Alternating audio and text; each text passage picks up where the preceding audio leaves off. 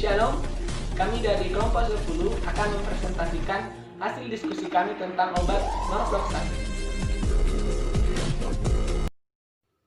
Shalom, saya akan menjelaskan definisi dari obat norfloxacin atau fluoroquinolone. Ini merupakan antibiotik yang aktif terhadap bakteri gram negatif dan juga gram positif yang memiliki MIC tinggi.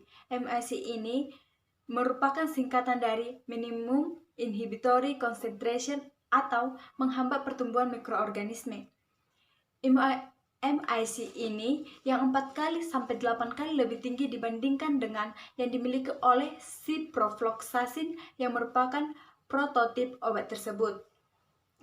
Baiklah, norfloxacin adalah fluoroquinolone sintetis spektrum luas dengan aktivitas antibakteri.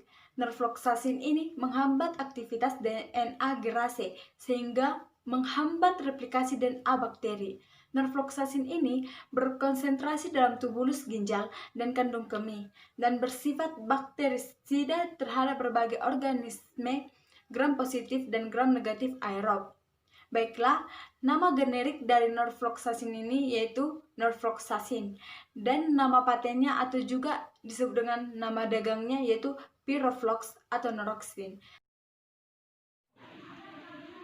Berikut bentuk sediaan obat. Klasifikasi dan golongan obat. A. Klasifikasi.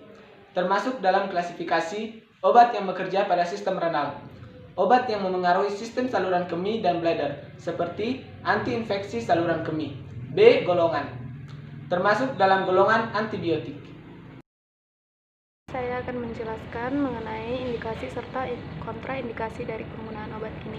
Seperti yang kita ketahui, kalau indikasi itu adalah kenapa seseorang itu membutuhkan obat norfloxacin itu. Nah, kalau indikasinya adalah ketika seseorang itu membutuhkan obat ini ketika ia mengalami atau terkena atau terinfeksi virus dari gram positif dan gram negatif yang menghambat dua kerja enzim dari tipe enzim topoisomerase 2 yaitu DNA girase dan topoisomerase 4. Indikasi dari norfloxacin ini yaitu digunakan untuk infeksi saluran kandung kemih, gastrointestinal dan gonokuskus yang spesifik yang disebabkan oleh Shigella, dan digunakan untuk prostatis dan gonorrea tanpa komplikasi akut. Nah, sedangkan kontraindikasi seperti yang kita ketahui kepada siapa saja yang tidak bisa menerima obat norfloxacin ini. Nah, kalau kontraindikasi dari obat norfloxacin ini adalah seseorang yang mengalami hipersensitivitas terhadap norloxina atau antibiotik golongan quinolone, dan tidak boleh juga diberikan kepada anak-anak dengan sembarangan, ibu menyusui dan ibu hamil, pasien dengan epilepsi atau kejang, gangguan irama jantung, dan hipoglikemia atau terinfeksi gangguan irama jantung, dan masih banyak lagi seperti yang mengalami gangguan sistem saraf pusat dan penerima transplantasasi jantung atau ginjal. Efek samping dari penggunaan obat norfloxacin ini adalah seperti muntah, diare, fungsi ginjal yang abnormal, konstipasi, mulut kering. Itu adalah efek samping yang umum. Ada juga efek samping yang jarang tapi kalau terjadi bisa fatal, seperti neurolisis, epidermitoksik sindrom, hepatitis, dan atau gagal hati. Farmakodinamik obat norfloxacin dapat menghambat enzim topoisomerase 2 dan 4 yang dimiliki oleh sintesis DNA. Penghambatan kedua enzim ini mengganggu proses rekomendasi, perbaikan, replikasi, dan transkripsi DNA pada sel-sel bakteri. Sebagai hasilnya, pertumbuhan bakteri akan terhambat dan sel-sel bakteri akan mengalami kematian. Melalui aksi ini, norfloxacin disebut juga sebagai agen bakterisid. Kemudian, saya akan menjelaskan farmakokinetik. Yang pertama itu absorpsi. Norfloxacin diabsorpsi di saluran cerna dengan cepat, namun hanya 30-40% dari dosis oral yang terserap. Norfloxacin mencapai dosis puncak pada plasma sekitar 1,5 mikrogram per mil untuk dos oral 400 mg dalam waktu 1-2 jam setelah minum. Makanan atau produk olahan susu dapat memperlambat absorpsi norfloxacin di saluran cerna. Kemudian distribusi norfloxacin didistribusikan dengan baik pada jaringan traktus, genitourinaria, dan gastrointestinal, termasuk itu parenkim ginjal, kandung kemih, liver, prostat, testis, jaringan seminal, uterus, tuba falopis, cervix, dan vagina.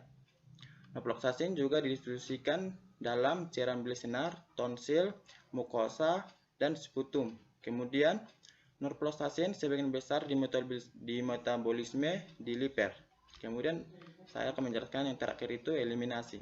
Norfloxacin dieliminasi pada urin lewat filtrasi glomerulus dan sekresi tubular pada 24-48 jam setelah pemberian obat, yaitu sekitar 25-40% disekresikan lewat urin, 5-10% sebagai metabolik inaktif, dan 30% disekresikan melalui feses, yaitu dalam waktu 48 jam. Norfloxacin memiliki waktu parut 3-4 jam dengan rata-rata kecepatan pembersih norfloxacin pada renal berkisar 275 ml per menit. Selanjutnya adalah cara pemberian obat norfloxacin. Pemberian obat norfloxacin haruslah dilakukan dengan terhidrasi dengan baik, di mana obat tersebut tidak boleh dibagi dua. Yang kedua, diberikan dalam 1 jam sebelum makan atau 2 jam setelah makan. Dan yang ketiga, asupan cairan yang cukup. Yang keempat, sebaiknya diberikan pada sore hari.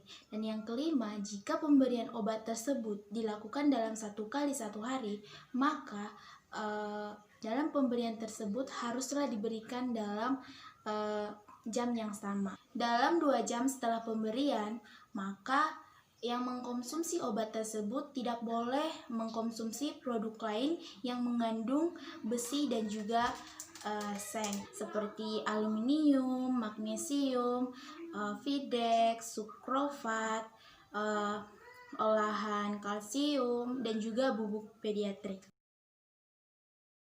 Shalom, saya Silvi Haloho. Saya akan menjelaskan mengenai nursing consideration obat norfloxacin.